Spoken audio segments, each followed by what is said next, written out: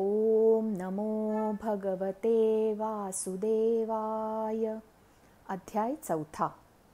ओम श्री परमात्मने नमः. अथ चतुर्थोऽध्यायः. श्रीभगवानुवाच. इमं विवस्वते योगं प्रोक्तवानहमव्ययम्. विवस्वान्मनवे प्राह मनुरिक्ष्वाकवे ब्रवीत्. एवं परम्परा प्राप्तमिमं राजर्षयो विदुः. सकाले नेह महता योगो नष्टः परन्तप. स एवायं मया तेऽद्य योगः प्रोक्तः पुरातनः. भक्तोऽसि मे सखा चेति रहस्यं ह्येतदुत्तमम्. शब्दार्थ. भगवान श्रीकृष्ण म्हणाले, मी हा अविनाशी योग सूर्याला सांगितला होता. सूर्याने आपला पुत्र मनू याला सांगितला आणि मनूने त्याचा पुत्र राजा इक्ष्वाकू याला सांगितला. हे परंतपा अर्थात शत्रुतापना अर्जुना, अशा प्रकारे परंपरेने आलेला हा योग राजर्षींनी जाणला. परंतु त्यानंतर पुष्कळ काळापासून हा योग या पृथ्वीतलावर लुप्तप्राय झाला. तू माझा भक्त आणि प्रिय सखा आहेस, म्हणून तोच हा पुरातन योग आज मी तुला सांगितला आहे. कारण हा अतिशय उत्तम आणि रहस्यमय आहे, अर्थात गुप्त ठेवण्याजोगा आहे. भावार्थ. योग हा अति प्राचीन काळापासून प्रचलित आहे. सूर्य आणि विष्णू हे कश्यप आणि आदिती देवींचे पुत्र. विष्णूने आपला भाऊ सूर्य याला योगाची माहिती दिली. मग पिढ्यानपिढ्या ही माहिती जतन केली गेली. मात्र कालौघात योग मागे पडला. अर्जुन जाणू शकेल योग आचरणात आणण्यासाठी तो योग्य आहे असे वाटल्यामुळे कृष्णाने अर्जुनाला ज्ञानयोग, कर्मयोग आणि भक्तियोग समजावून सांगितला. आपण खरंच भाग्यवान की आपल्यालाही हे ज्ञान वाचायचा योग आला, जाणून घ्यायची संधी मिळाली.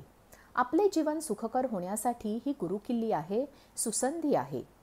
काय करावे, कसे वागावे, का करावे हे सारे भगवंतांनी विस्ताराने सांगितले आहे. त्यामागची कारणे, भूमिका, विचार समजावून सांगितले आहेत. आपण नक्की समजून घेऊन तसे वागले पाहिजे.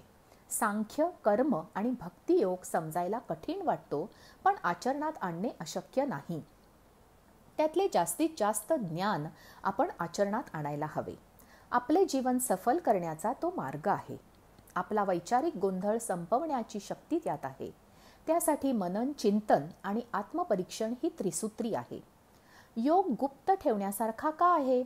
तो गुप्त का ठेवावा? याचा अर्थ हा योग ज्यांचा यावर विश्वास आहे त्यांनाच सांगावा. ज्यांना पटत नाही, आवडत नाही, कळत नाही त्यांना सांगू नये. जबरदस्ती तर अजिबात करू नये. गीताही त्यालाच सांगावी ज्याला जाणून घ्यायची इच्छा, आवड, श्रद्धा आणि विश्वास आहे. वाद घालू नये. कोणत्याही ज्ञानाचे हेच रहस्य आहे की ते आपण मनोभावे जाणले, स्वीकारले तरच त्याचा उपयोग होतो. अन्यथा त्रास होण्याची शक्यता जास्त असते. आधा हकीम जान जोखीम त्यातली गत होते. त्यातले मर्म कळत नाही. त्यासाठी निष्ठा हवी. कोणतीही गोष्ट मायेवीण करू नये. मनी नाही भाव आणि देवा मला पाव असे करून हाती काहीही लागत नाही. सिद्धीच्या मागे लागू नका हे सांगतात ते यासाठीच. कोणतीही गोष्ट पेलण्याची ताकद हवी. माकडाच्या हातात कोलीत आणि कावळ्याच्या हातात मोती देऊन उपयोग नसतो. ज्ञान आणि दान योग्य व्यक्तीलाच दिले पाहिजे. ज्ञानाचा दुरुपयोग केला जाऊ शकतो. ज्ञान हे दुधारी शस्त्र आहे. मानवजातीच्या कल्याणासाठीच त्याचा उपयोग केला जावा. अन्यथा परिणाम आपण बघत आहोत. काही गोष्टीत गुप्तता आवश्यक आणि हिताची असते.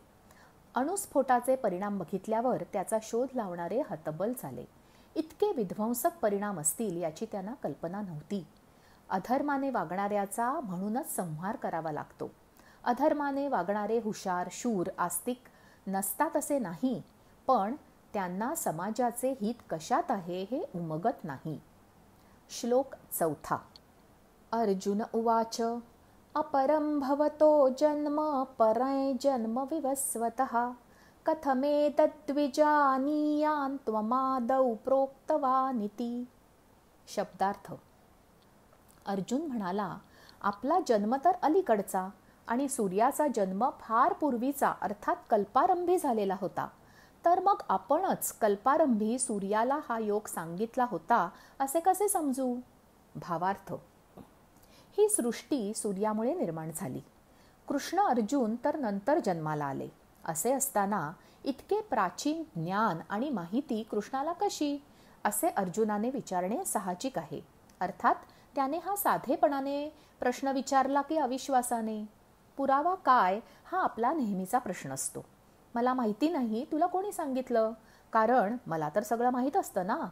मला माहीत आहे, मी हुशार आहे इथपर्यंत बरोबर आहे, पण मलाच सगळं माहीत आहे आणि समोरच्याला फार माहीत नाही हे वागणे चूक आहे. बरीच ज्ञानी माणसे साधी राहतात, साधेपणाने वागतात. त्यांच्या सौजन्याचा गैरफायदा घेतला जातो. साधारणपणे जो ताठ्याने वागतो त्याच्याशी आदराने वागायची प्रथा आहे, त्यासाठी तो अपात्र असेल तरी. जो साधेपणाने वागेल राहील त्याला कसेही वागवले जाते, कारण तो रागवत नाही. आपल्या पूर्वजांनी ज्ञान मुखोद्गत करून पिढ्यानपिढ्या टिकवले. त्यांचा शुद्ध उच्चारावर भर आणि आग्रह होता. उच्चार बदलले की अर्थ बदलतो. उच्चार चुकला की त्याचा आपल्या षटचक्रांवर दुष्परिणाम होऊ शकतो. शुद्ध उच्चाराने बुद्धी, शक्ती, तेज वाढते. कृष्ण हा योगी ज्ञानी होता. योगाभ्यासाने ब्रह्मांडातील गोष्टींचे त्रिकाल ज्ञान होते.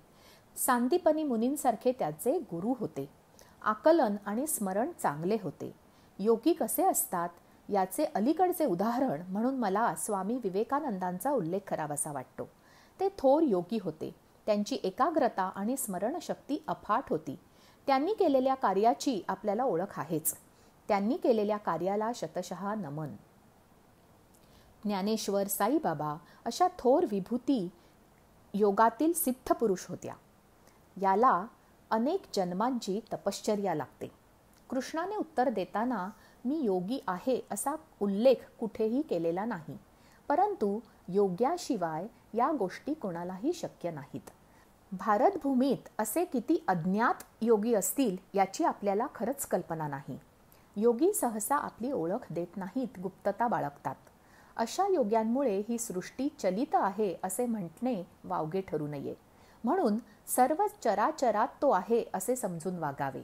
आपल्या हातून चुकूनही एखाद्या महात्म्याचा अनादर करायचा प्रमाद घडू नये. तो म्हणजे चैतन्य, वैश्विक शक्ती. आजचे निरूपण इतकेच. जय श्री कृष्ण.